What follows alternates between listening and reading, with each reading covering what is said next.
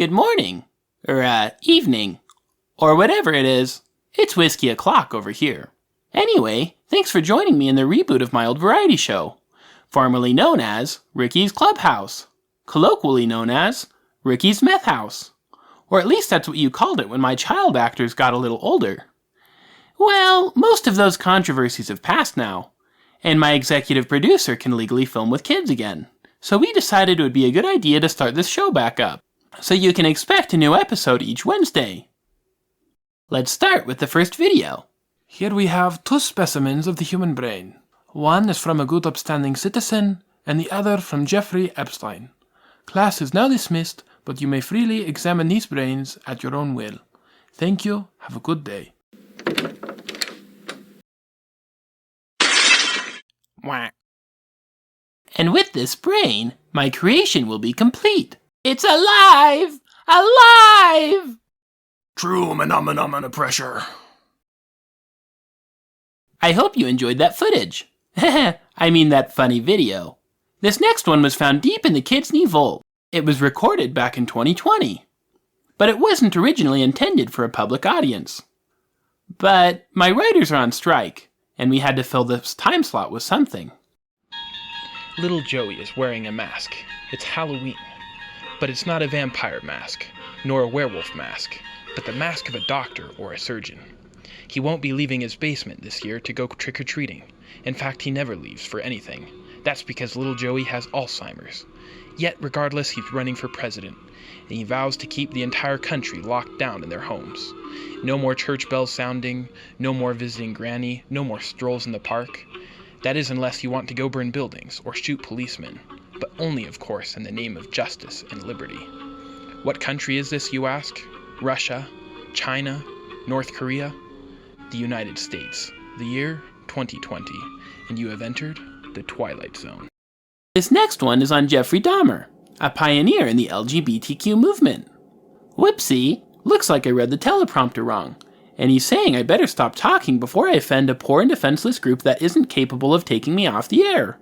Jeffery Dahmer is a classic example of institutional homophobia. 2 officers came to his home, though they didn't have a warrant. Jeffrey rejected their advances, but shortly after learning that Jeffrey was a homosexual, the cops tried to take advantage of his delicate nature and asked if they could come in again. Jeffrey, being a good-natured, precious soul, couldn't say no. After finding an altar of human skulls, the cops branded Jeffrey a murderer. But would these same assumptions be made for a heterosexual man? Or would they just assume that they were gathered from consenting partners? The fact of the matter is that what one man does in his bedroom is only his business. It isn't your business or the government's business. Would you want Uncle Sam getting into your bed? Apparently, cannibalism is frowned upon in human society, though in the rat community it isn't all that uncommon. Since I'm not funny, and my writers hadn't written me a monologue for this next segment, we're just gonna roll the film. Any second now. Now. Cue the film. Clarence, wake up! We need to roll the film. What? Oh yeah. World War Z, like many zombie movies, is known for its scientific accuracy, explaining the zombie virus in a way that would overjoy and satisfy any virologist. It similarly deserves praise for showing the movement of the zombies in a realistic fashion. However, there is one looming inaccuracy that tosses out all the appeal of this movie, and frankly makes it unwatchable. One of the earliest scenes takes place in New Jersey. This is supposed to be New Jersey. However, this was obviously filmed in a much more beautiful part of the country, like the south side of Chicago, Detroit, or Compton. If only New Jersey could look this great now, let alone in an apocalypse. I'm not sure what motivated the director and producers to allow such a flagrant and obvious inaccuracy make it to the final cut, but I'm sure it's an embarrassment that will plague them for the rest of their careers. You know, New Jersey really isn't all that bad. I mean, I've never been on the surface before, just in the sewer system. I thought about going on the surface, but it was really scary and dirty, so I just stayed down in the sewers. This next animation looks like it was animated by a 4-year-old, but it wasn't. I swear. I didn't embezzle the thousands of dollars used to produce this film. She's alive! The bride of Frankenstein.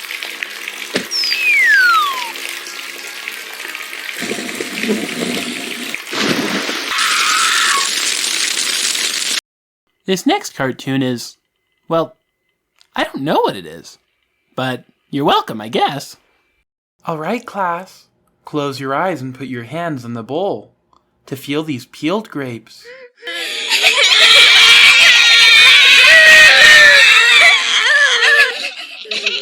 Don't worry, these aren't really grapes, just human eyeballs.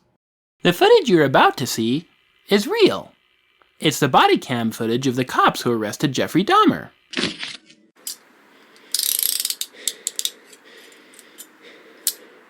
You're under arrest, Mr. Dahmer. And I don't think you understand the object of the game, Marry, Kiss, Kill. Have you heard that Elon Musk is cementing his deal to buy Twitter? And Kanye West is buying Parler. Which of these titans would come out on top? This alpha predator of yours, Doctor. Do you really think he has a chance? The arrogance of man is thinking nature is in our control, and not the other way around.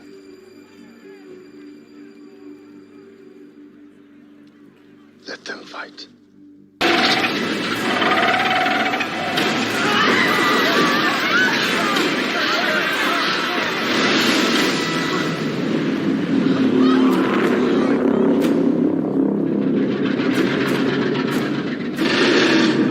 The following is a favorite family classic about a little bald boy named Charlie and his friend Linus, who believes in the Great Pumpkin and starts a cult and...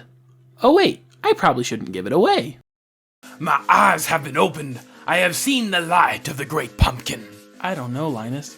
I'd like to believe, but I have leukemia, and I'm gonna die. I cleanse your body, and you are healed, my son. Linus has healed me of my leukemia. I am the downtrodden. I am the poor. And wherever man fights for justice, there I am. There will be no white. There will be no black. There will only be one race, the pumpkin race. There will be no rich, no poor, and all the brothers and sisters shall join their hands together, and we shall make socialism in Guyana. The Great Pumpkin is on his way. He shall come tonight. Drink this Kool-Aid. Wash away your suffering and your tears.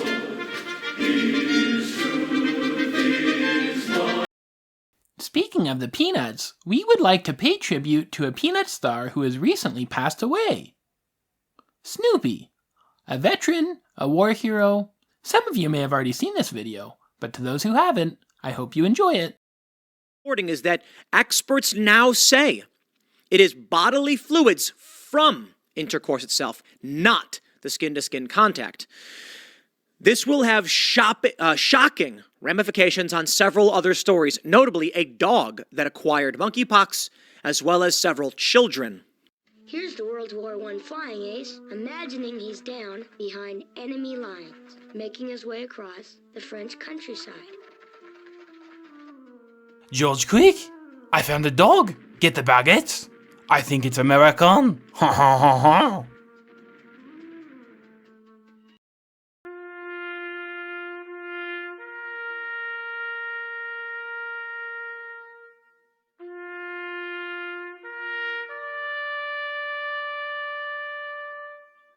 Thanks for watching.